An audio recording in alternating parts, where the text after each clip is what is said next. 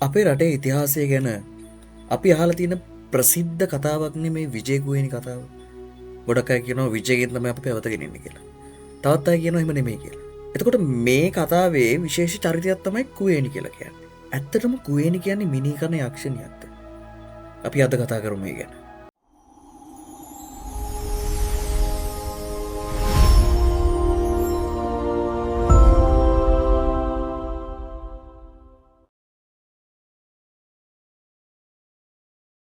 අපි සාමාන්‍යයෙන් අහලා තියෙන කතාව තමයි විජය ඉන්දියාවේ ඉඳලා ලංකාවට එනවා මේ වංග රටේ රජතුමාගේ කුමාරයා.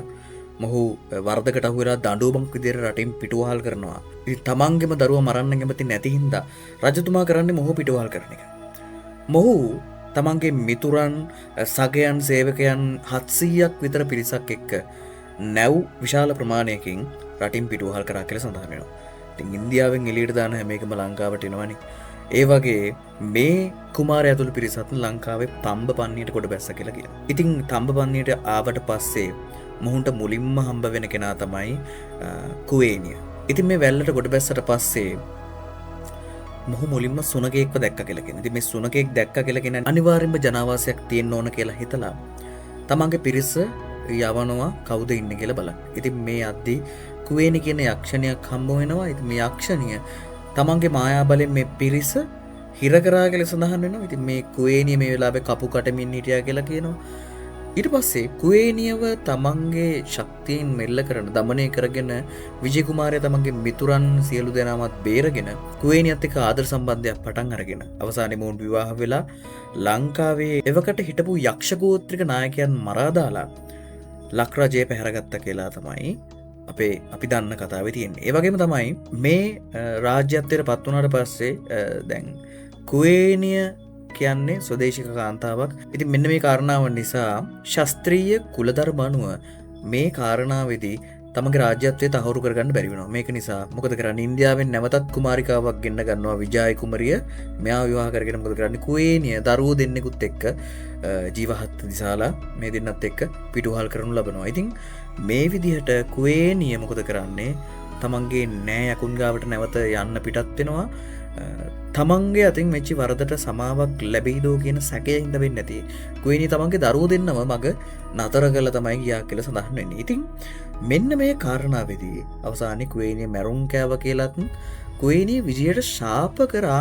මේ ශාපේ වර්තමානයේ වෙනකනුත් ලංකාවේ රජවරුන්ට තියෙනවා කියලා ගොඩක් අය විශ්වාස කරනවා. ඇත්තටම ඉතිහාස කාරණාව පිළිබඳව අධ්‍යයනය කරද්දී මේ කුවේණියගේ ශාපය පිළිබඳව සඳහන් වෙන්නේ ශාන්තිකර්ම සම්ප්‍රදාය. ඒ කියන්නේ කොහොඹා කංකාරියේ පුරාකතාවට අදාළව තියෙන දිවිදෝෂයක් පිළිබඳ කතා පුවතේ තමයි මේ කුවේණිය විජයට ශාප කරා කියන තොරතුර එන්නේ. මේක මහා වංශයේ සඳහන් වෙන තොරතුරක් නෙමෙයි. හරි. ඕක තමයි අපි දන්න කතාව. එතකොට මේක ඇත්තටම අපිට පේනවා අභෞවිය ස්වභාවයක් තියෙනවා කියන එක. විශේෂයෙන්ම පළවෙනි කාරණාව තමයි අපි මේක ටිකෙන් ටික ලියා ගමු. විජය වංග රටේ ඉඳලා පිටුවහල් කරන්නේ මොහු ඊටාම දරුණු වරදකරුවෙකු ලෙස. හිසේ පැත්තක් බෝගාලා මොහුව තමන්ගේ පිරිසත් එක්කම රටින් පිටුවහල් කරනවා. රජතුමා කැමති වෙන්නේ තමන්ගේ පුතාව මරලා දාන්න. ඒක නිසා මොකද කරන්නේ? රටින් පිටුවහල් කරන එක තමයි කරන්නේ. ඉතින් මේ විදිහට පිටුවහල් කරාට පස්සේ මොහු මුහුදේ පාවෙලා ඇවිල්ලා මේ පිරිසත් එක්කම මේ නැව් ටික ගොඩ බහිනවා තම්බපන්නි වෙරළට. ඉතින් මේ තම්බපන්නි වෙරළට ගොඩ බහින මේ පිරිස මුලින්ම දකිනවා විජය කුමාරයා මේ වෙරළේ සුනකයෙක් ඉන්නවා. සුනකයා කියලා කියන්නේ ජාන විද්‍යාත්මකව වෘක්කයන්ගෙන් පැවතගෙන ඉන්න සතෙක්. විශේෂම දේ තමයි මේ සුනක කුලේ අපේ ගෙවල් වල ඉන්න මේ සුනකයා ස්වදේශික වෙච්ච සුනකයෙක් නෙමෙයි. ඉතින් මේ සුනකයා එන්නේ නැගෙනහිර ආසියාවෙන් කියලා තමයි රාජ් සෝමදේව ඇතුළු මේ පුරාවිද්‍යාඥයින් සහ ජාන විද්‍යාඥයින් කියන්නේ.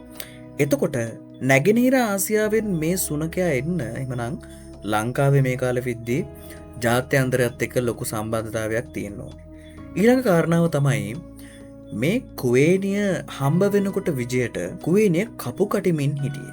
යන්ත්‍රයක් පාවිච්චි කරලා. ඉතින් මේ කපු කටන යන්ත්‍රයකින් කපු කටිමින් හිටියා කියලා කියන්නේ කපු රෙදි නිෂ්පාදනය පිළිබඳව අදහසක් අපිට දෙනවා. ඒ වගේම යන්ත්‍ර සූත්‍ර පාවිච්චි කිරීමේ හැකියාවක් සහිත මිනිසුන් ලංකාවේ හිටියා කියන සාක්ෂි අපිට මෙතනින් හම්බ වෙනවා.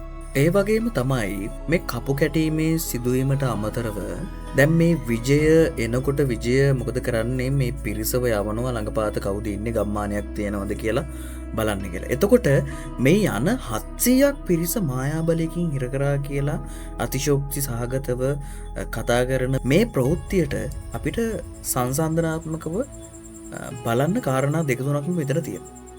ඒ තමයි එකක් 700ක් හිර කරා කියන එක. අපි මායාබලය කියන එක ටිකට පැත්තකින් තියමු.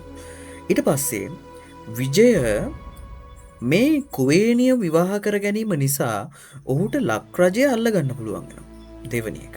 ලංකාවේ ස්වදේශික පාලකයන්ව මර්ධනය කරන්න මොහුට කුවේනියගෙන් සහාය ලැබෙනවා.